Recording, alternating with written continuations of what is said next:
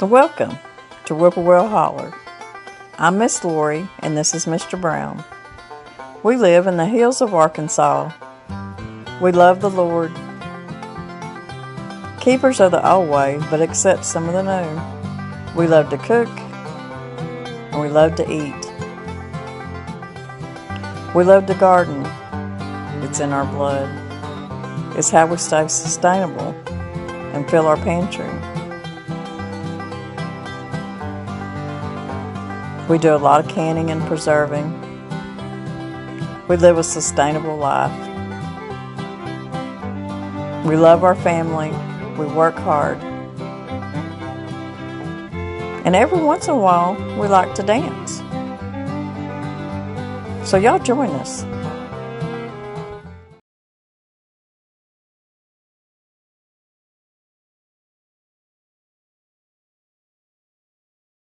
I'm truly going to tell y'all, I don't know if this is pronounced Ryzon or Ryzon. Maybe some of y'all can tell me. But this is the cookbook that we looked at a while back, and y'all absolutely loved it. It's the Ryzon, I'm going to say this wrong 100 million times, but the Ryzon baking powder cookbook. It's absolutely beautiful, and it's in very bad shape, but I plan on getting it fixed. The front of the book, it has all of these old buildings in New York. And this is where this cookbook is based out of. It has the names of the buildings. And it says that copyright 1916, General Chemical Company, Food Department, New York. It has the names of all the different master chefs in New York and in the leading hotels and stuff that use the baking powder. They called it the perfect baking powder. And this is all the names of everybody that's got recipes in the book. So it's just a very interesting, it's probably one of my oldest cookbooks that I've got. But if somebody can tell me if I'm pronouncing it wrong, but it says it was compiled and edited by Marion Harris Neal, and it says Ryzon baking powder, a practical manual for the preparation of food requiring baking.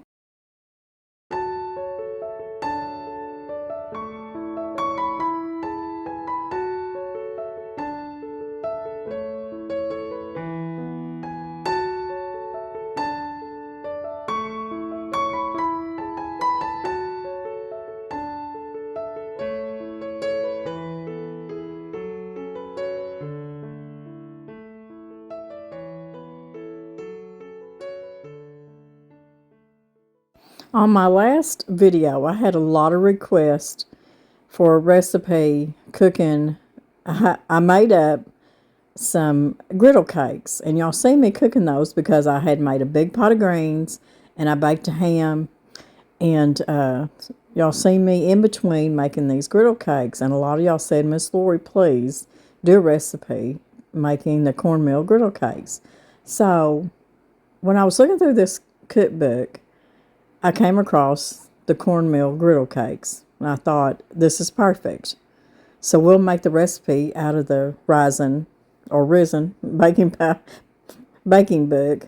powder book. So that worked out good. But this book has got all kinds of cake and cookies and breads and biscuits and just all kinds of neat recipes that we need to come back to again and do a couple more recipes out of here. But since y'all were wanting the griddle cake recipe, I'm going to take the one out of this cookbook, which is pretty much the same recipe I use. And I love looking through these books. But we'll make us up some griddle cakes for lunch. How about that? Now this recipe, it calls for cupfuls. Instead of like 1 cup, it'll say cupfuls. But their cupfuls are 6 ounce. And then one says 1 cupful, and it says 4 ounces. So you have to watch the recipe. It'll kind of fool you.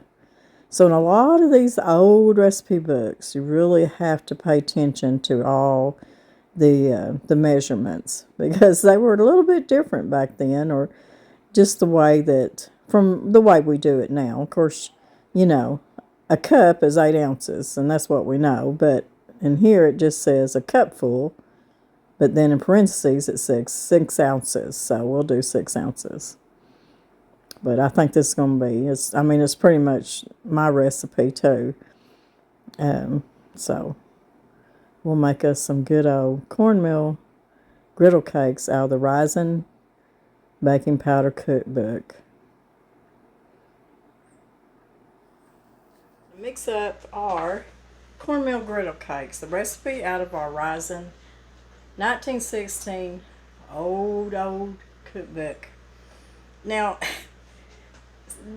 this recipe kind of blows my mind in just a few little things. It calls for 3 eggs, and to me that's probably one too many eggs, but that's what the recipe calls for, so that's what we're putting in here. Now, it calls for a cupful of cornmeal, not cornmeal mix, just regular old yellow cornmeal. And I've got this is a coarse grind, but you can use a fine grind cornmeal, whichever you've got. Probably back then it would have been a coarser grind, unless it was the fancy restaurants, and it might have been a finer grind cornmeal. But a cupful in here is 6 ounces of your cornmeal. And it calls for 4 ounces of just all-purpose flour. And then I think it's 3 teaspoons of course theirs was the Ryzon. 3 level teaspoons of the Ryzon baking powder. Of course, that's not the kind I've got, but I just wonder, and I was thinking about that. Was the Ryzon baking powder just, I need to research that, and I should have probably, but I have just didn't really have time for a lot of research, but maybe one of y'all can research it. Was the Ryzon baking powder, is it now the different baking powders we have now? Or did they do away with it, or did they just change the name of it? I should have researched that. So anyways, 3 level teaspoons of baking powder.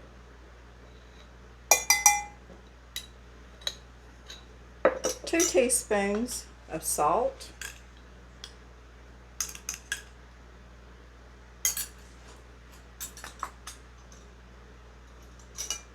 Now there's no sugar in this. I didn't put any sugar in their fried cornbread. If you want to change the recipe and put your little sugar in it, go right ahead. I'm just going to stir these dry ingredients up. And then it calls for 3 beaten eggs. So that's what we're going to put in there.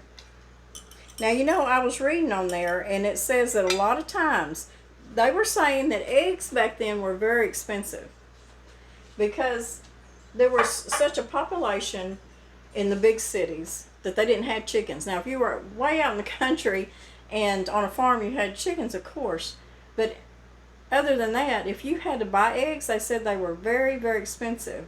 So what they would do to cut back on eggs is, like this calls for 3 eggs. They would omit an egg and put an extra teaspoon of baking powder in there. That's what they said.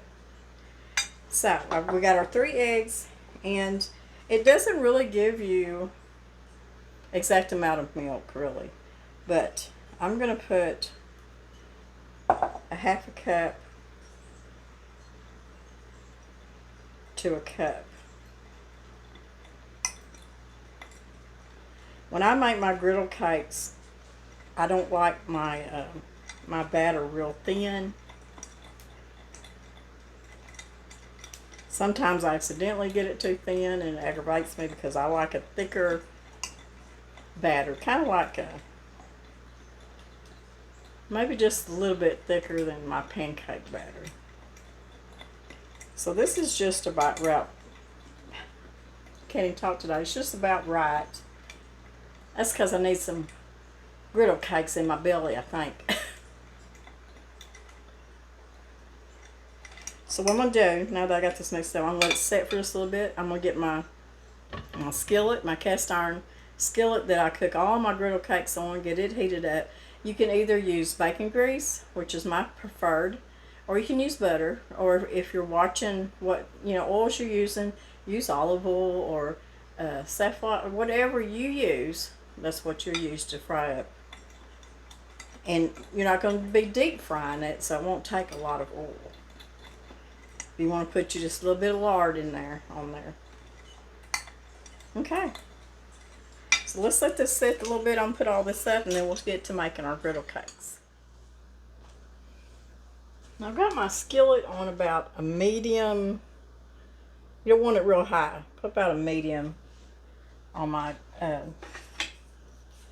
my gas stove here. And I went ahead and I just put me a little bit of bacon grease on there.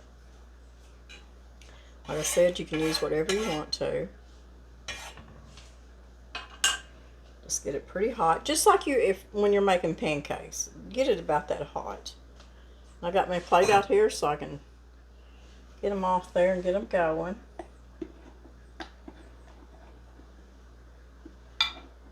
I used to make a lot of fried cornbread because my kids, when they were all at home, they absolutely loved it. They loved a good skillet of cornbread too, but they did. It was a treat to have fried cornbread.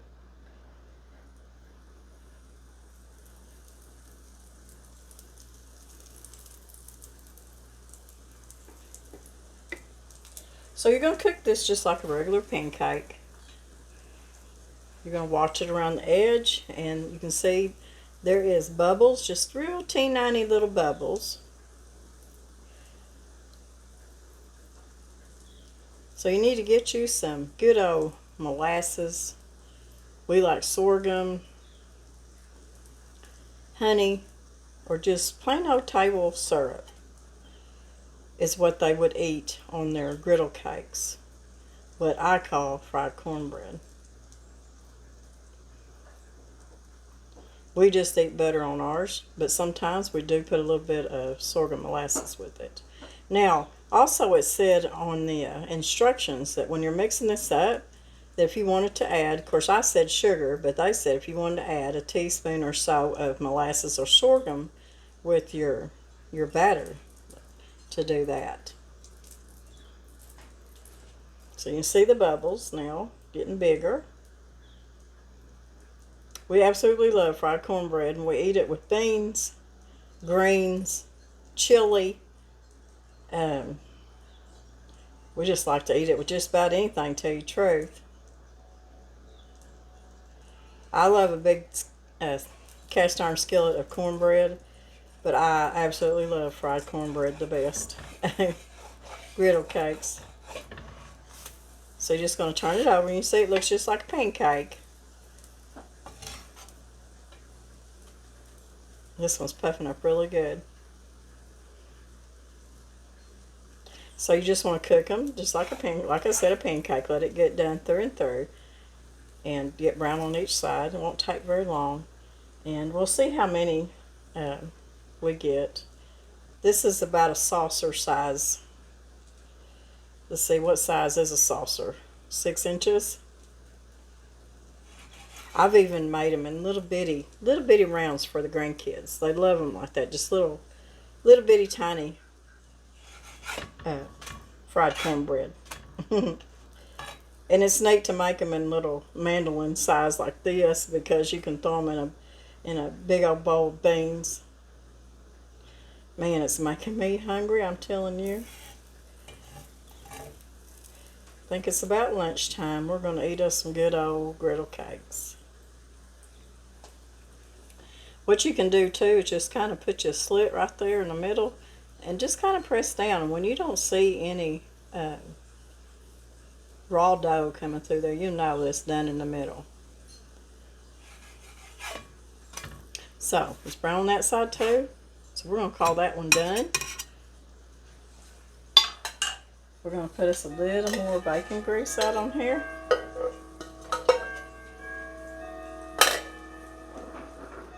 And just keep them making corn cakes.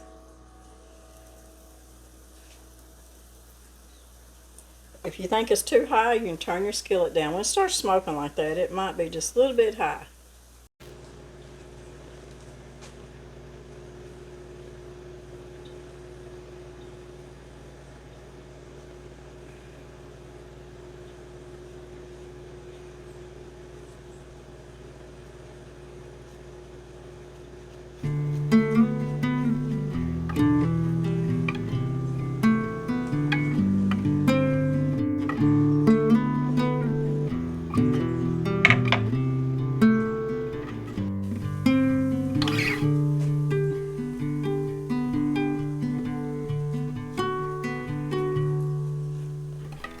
Charlotte, you're getting the hang of it. Look at you now, you're doing it. Charlotte, brave enough to admit what you want from the moment.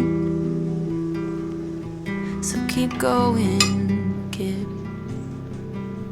The world may not have noticed yet, but I did. Charlotte, it's been a hard month. Noises in the night, we all slept rough. Charlotte, it's beautiful, isn't it? The moon on the rooftops, the silver light. Well, we got 7 griddle cakes, and the last one is a doozy. It's the biggest one. I guess this will be Mr. Brown's. So you're going to get 7 to 8 griddle cake. Just depends on what size. If you want them really big like this last one, you won't get as many. But it don't matter. You're still going to get the same amount.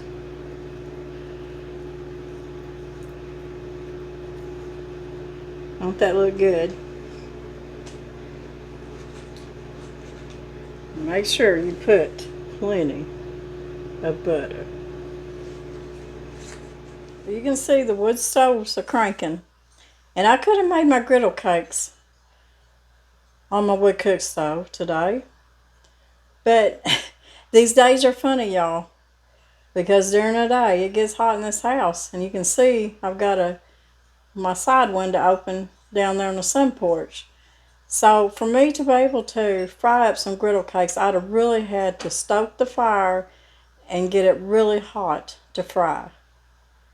And I'm telling you, I've done it, but I'd have to have every window in this little house open. But yes, if you have the chance, make you some good old-fashioned cornmeal griddle cakes. So Ryzon cornmeal griddle cakes.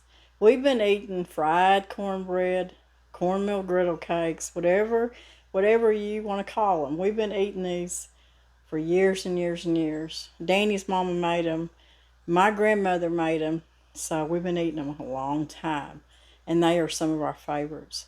So I hope y'all that commented and wanted me to make some cornmeal griddle cakes, I hope that y'all have enjoyed this video. I'll tell you why I enjoyed it so much too. Is not just so I can eat some extra griddle cakes for no reason, but because it's a recipe out of the old Ryzon cookbook.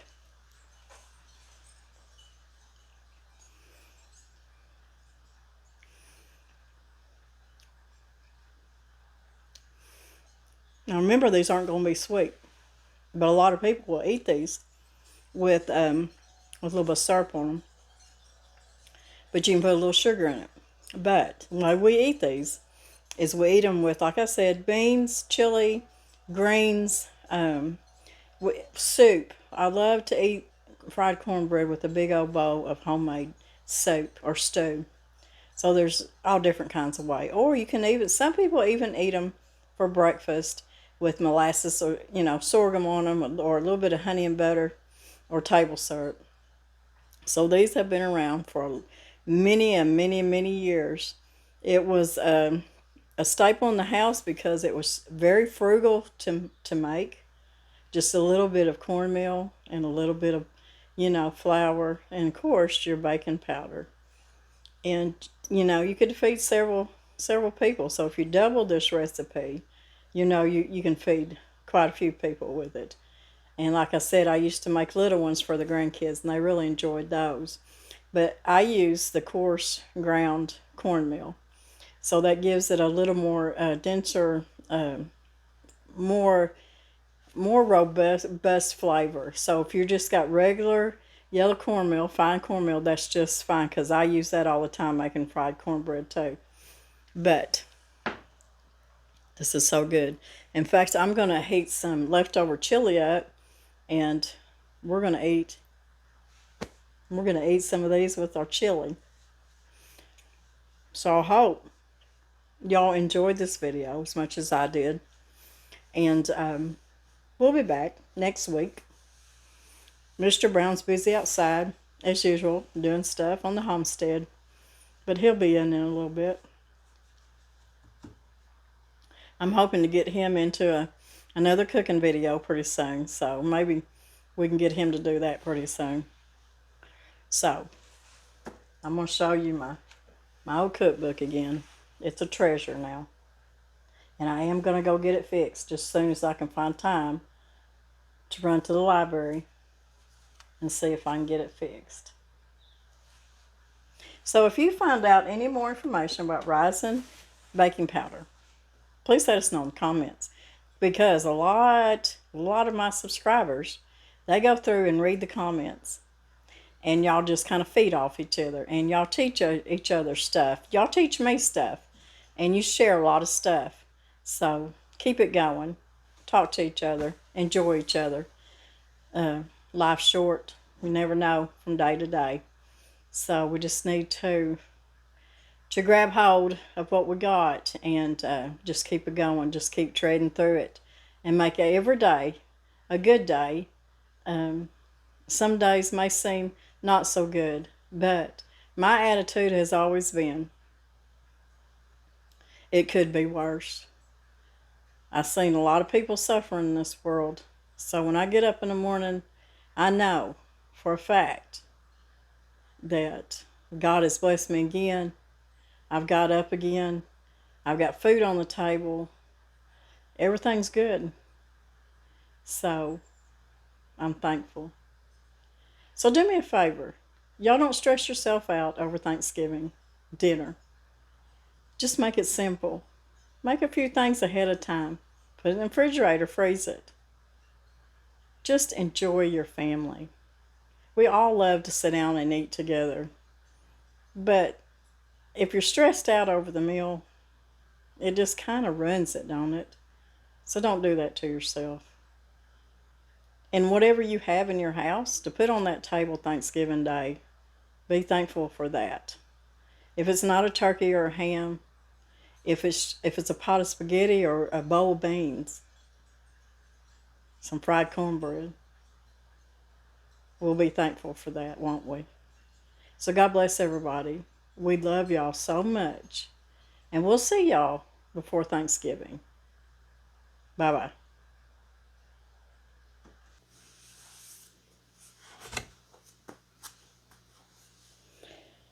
The Lord looks from heaven. He sees all the sons of men.